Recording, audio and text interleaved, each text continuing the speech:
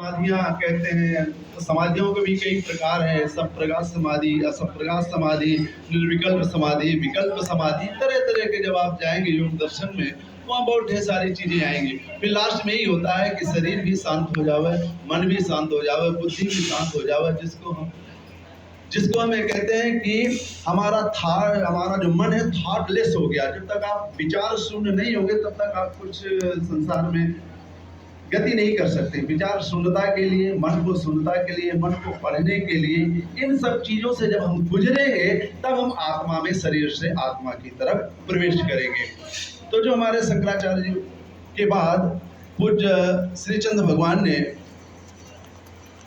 पंचदेव उपासना का जो इतना बड़ा दर्शन दिया, और उस पर हम सबको काम करना चाहिए। घर में लोग बाग तरह तरह की फोटो लगा देते हैं। अरे भाई, आप जिसको भी मानते हो, क्योंकि 5 एलिमेंट्स हैं, 5 एलिमेंट्स से ही पूरी सृष्टि बनी हुई। 5 एलिमेंट्स के ही एक एक देवता है। जल का देवता, अग्नि का देवता, ये सारे 5 देवता ही हैं। और ये 5 देवता को जब अपने जीवन में धारण करते हैं तो हमारे शरीर का पंचतत्व का शोधन होता है। पंचतत्व का शोधन होता है, ब्रह्म ग्रंथियों का, रुद्र ग्रंथियों का, विश्व ग्रंथियों का भेदन होता है। जब आपका शरीर शुद्ध होता है तो भगवान कहते हैं कि जो मैं हूँ, मेरे मार्ग में चलोगे तो मेरे जैसे ही हो जाओगे। और महापुरुषों का यही काम है। सहदेव मुनि जी महाराज जी का यही काम है, जिनके गुरु थे उनका भी यही काम था कि लोग आए जाएं और ये सब करें। और उनका जो है यही हमारी सच्ची श्रद्धांजलि है। आप सबकी यही सच्ची श्रद्धांजलि है कि हम उनके चरणों में अपनी भाव श्रद्धांजलि प्रस्तुत करते हैं और सहदेव मुनि जी महाराज जी के लिए स्वास्थ्य की कामना करते हैं। उनका जीवन निरंतर मंगलमय हो, आश्रम का भविष्य उज्जवल हो। महाराज श्री कमलेशानंद जी महाराज जी का हमारे बीच में पूज्य साध्वी जी उपस्थित हैं। आप बहुत विदुषी हैं, बहुत ही कर्मठ हैं और सौम्य स्वभाव है। आपके पूज्य गुरुदेव बड़े ही तपस्वी, यशस्वी, मनस्वी महापुरुष थे। दर्शन करने का सौभाग्य हमें भी प्राप्त हुआ। हम लोग भी गए थे निर्वाण उत्सव में। निर्वाण दिवस जब हुआ, आपकी तरफ से भी मौन श्रद्धांजलि। और भगवान शिव, इस तरह से 5 देव हैं। प्राचीन समय में क्या हुआ कि 5 देवों को लेकर के चलना संभव नहीं था महापुरुषों के लिए। तो महापुरुषों ने धूने का निर्माण किया। निर्माण तो पहले से ही था, प्राचीन परंपरा है। तो धूने में, क्योंकि धूने में पंचदेव रहते हैं, जब हम हवन करते हैं उसमें आई वन, तो 5 देवों का उसमें निवास होता है। तो इसलिए प्राचीन महापुरुष जितने भी देखेंगे सबके आगे धूना साहेब है। उसी में हवन करना, धूने में रहना, उनकी नित्य क्रियाएं सब धूने में ही चलती थी, क्योंकि पंचदेव उसी में निवास करते हैं। मन की ही अद्भुत बात है। मन तो महाराज किसी का कंट्रोल रहता ही नहीं है, चाहे वो युवा हो चाहे वो वृद्ध हो, मन तो हमेशा नवयुवक रहता है। कबीर साहब जी इसी बात को कहते हैं, मन के हारे हार है, मन के जीते जीत, और मन ही मिलावत राम सो मन ही करत फजीत। मन के मारे बन गए पर बनत जबस्ती माँ है, कह कबीर मन लालची ये कहूँ ठहरत ना है। मन की गति बड़ी विचित्र है। मन को कंट्रोल करना बहुत विचित्र है। योगेश्वर श्री कृष्ण से अर्जुन भी यही बात कहते हैं, चंचलम ही मना कृष्ण प्रमाथि बलवद्रणम तस्याहम निग्रहम मन्ये वायुरिषु दुष्करम। हे केशव, हे गोविंद, मैं तो ऐसा समझता हूँ जैसे मन को किसी मुट्ठी में कंट्रोल करना, वायु को मुट्ठी में कंट्रोल करना। कोई मुट्ठी में बंद कर सकता है वायु को, हवा को? असंभव है। इसी प्रकार मैं तो मन को भी समझता हूँ कि मन भी ऐसा बस में नहीं हो सकता है। तो फिर ये कैसे होगा? मन बस में कैसे होगा? क्या उपाय किया जाए इसका?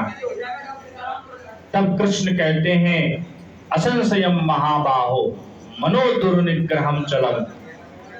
निश्चित रूप से मन बस में नहीं हो सकता, क्योंकि बस में होने वाली वो वस्तु ही नहीं है। लेकिन अभ्यासे न तो कौन्तेय, हे कौन्ते, हे कुंती नंदन, ये अभ्यास से होगा, वैराग्य से होगा। और गुरु चरणों में यदि सेवा से भी हो जाएगा, आप निश्चित रूप से भगवान गुरुदेव भगवान के श्री चरण कमलों में श्रद्धा से सेवा करें, गुरु की ऐसी कृपा होगी कि आपका मन भी बस में हो जाएगा। मन बस में होने का तात्पर्य क्या है? कोई बंधन थोड़ी ना आप उसको कर लेंगे, बांध के नहीं रख लेंगे।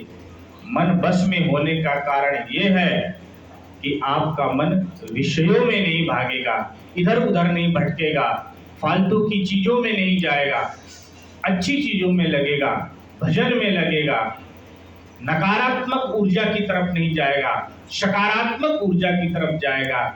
यही है मन को कंट्रोल में करना। और हमारे पूज्य महाराज श्री ऋषिकेश से पधारे हुए हैं, कमलेशानंद महाराज जी ने श्रद्धांजलि समर्पित की, पूज्य साध्वी जी ने, पूज्य महाराज श्री जी ने, और हमारे अखाड़े के सभी पदाधिकारीगण। मैं इन्हीं शब्दों के साथ पूज्य महाराज श्री जी के श्री चरण कमलों में अपनी भावभीनी श्रद्धांजलि समर्पित करता हूं। और पूज्य महंत जी को ओम नमो ब्रह्मणे मत्था टेकना स्वीकार हो। पूज्य महंत सहदेव मुनि जी अद्भुत संत हैं, उदासीन परंपरा के, और बहुत ही सरल हैं, सहज हैं, और हम सभी के प्रति आपका प्रेम बना रहता है। इन्हीं शब्दों के साथ पूज्य महाराज श्री जी को मैं नमन करता हूँ, मत्था टेकता हूँ। हरिओम।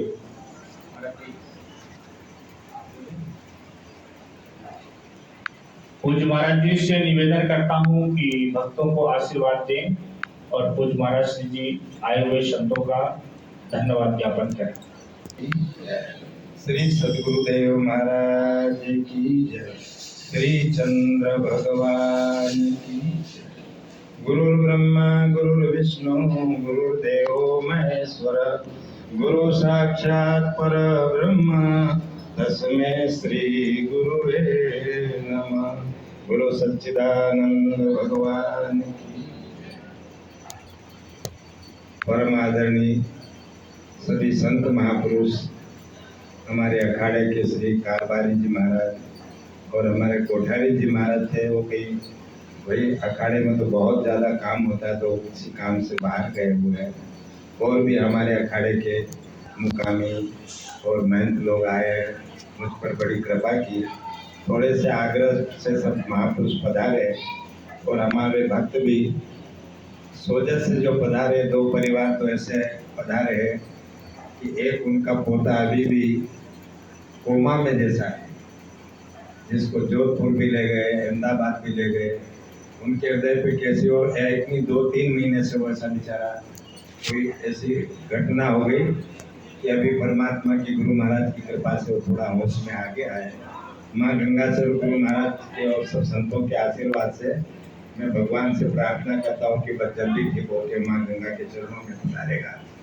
और हमारे मेरठ से आनंद परिवार, सोजत से भी और भी बहुत जगह से भक्त लोग पधारे, बड़ी कृपा की। गाजियाबाद से भी सभी तुलसी लोग आए, और कल भी छोटा सा भंडारा है। तो मेरी प्रार्थना है हमारे कारबारी जी महाराज जी से कि कोठारी जी आ जाए तो कल भी आप आशीर्वाद प्रदान करें। और आपने बड़ी कृपा करी। वैसे तो समय आज 3-4 भंडारे हैं तो बहुत दरबार की जय। जगत गुरु भगवान श्री चंद्र जी महाराज की जय। गंगा मैया की जय। हर हर महादेव।